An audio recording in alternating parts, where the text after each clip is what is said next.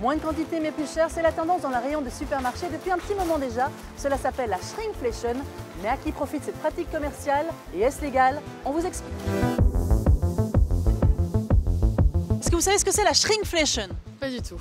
La shrinkflation, aucune idée. Vous savez ce que c'est? Non, pas du tout. La shrinkflation ou réduflation en français désigne un phénomène qui apparaît surtout en période d'inflation et qui se traduit par soit une diminution de la quantité de produits tout en maintenant le prix, soit par un changement de recette tout en maintenant le prix. Chéri, le Kiri a rétréci, le célèbre petit carré a diminué de 20 à 18 grammes. L'emballage extérieur, rien n'a changé, mais à l'intérieur, moins de contenu. Ces bouteilles d'eau pétillante ont aussi rapetissé de 1,25 litre à 1,15 litre. Ce sirop en fait aussi les frais.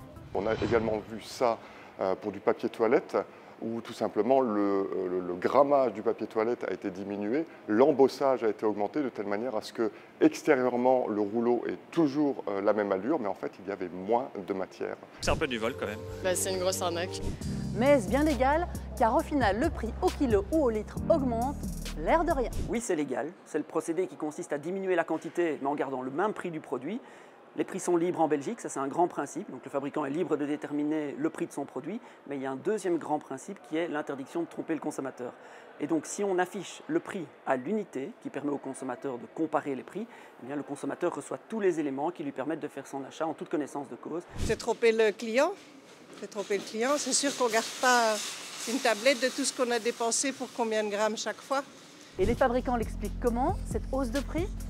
Aucun n'a accepté une de nos interviews filmées, mais les fabricants ont répondu par mail à l'organisation Foodwatch qui avait épinglé cette pratique. Tous avouent le changement de format, Vichy notamment pour mieux conserver les bulles, Kiri met en avant un changement de recette et Tesser une augmentation du prix du sucre. Il est vrai, il y a des coûts qui augmentent. On ne peut pas le nier, que ce soit des coûts d'emballage, que ce soit des coûts de recherche et de développement au niveau des changements des produits.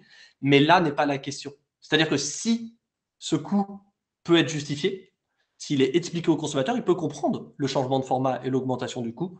La question, c'est est-ce que vous le faites en transparence ou est-ce que vous le faites dans le dos des consommateurs? Aujourd'hui, c'est fait dans le dos des consommateurs et c'est ça qui est inadmissible.